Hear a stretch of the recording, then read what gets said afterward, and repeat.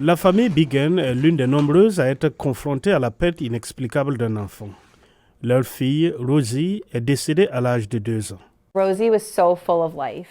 Rosie était si pleine de vie. C'était une petite fille très heureuse. Elle plaisantait tout le temps. Elle aimait être entourée de sa famille.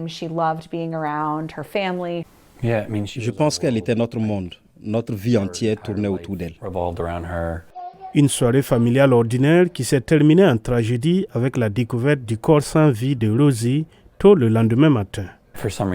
Pour une raison ou une autre, je suis allé dans sa chambre pour vérifier si elle allait bien et j'ai remarqué qu'elle était vraiment immobile et j'ai posé ma main sur son dos. C'est à ce moment-là que tout a basculé. J'ai remarqué qu'elle ne réagissait pas et nous l'avons immédiatement amenée à l'hôpital. Bien qu'elle ait été transportée d'urgence à l'hôpital, les médecins n'ont pas pu déterminer la cause du décès soudain de l'enfant. Le médecin légiste nous a appelés 1 ou 2 jours après et bien sûr, leurs premières conclusions n'ont rien donné. Au milieu du pire cauchemar de tous les parents, la famille Biggin a cherché des réponses. Une étude récente de l'Université de New York à laquelle les Biggin ont accepté de participer a fourni un indice.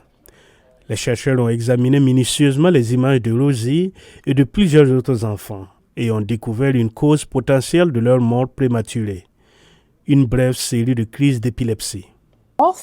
Les 5 enregistrements vidéo continus ont montré un événement convulsif avant la preuve vidéo que nous avions où aucun signe de vie n'existait plus.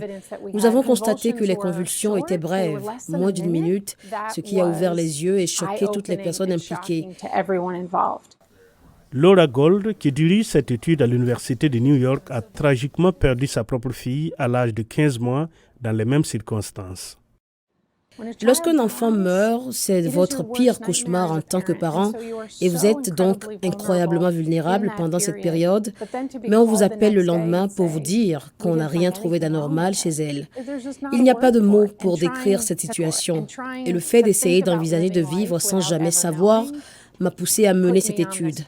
Les crises d'épilepsie observées dans les enregistrements de la vidéosurveillance ainsi que les résultats de l'autopsie pourraient contribuer à une meilleure compréhension et potentiellement à prévenir des tragédies similaires.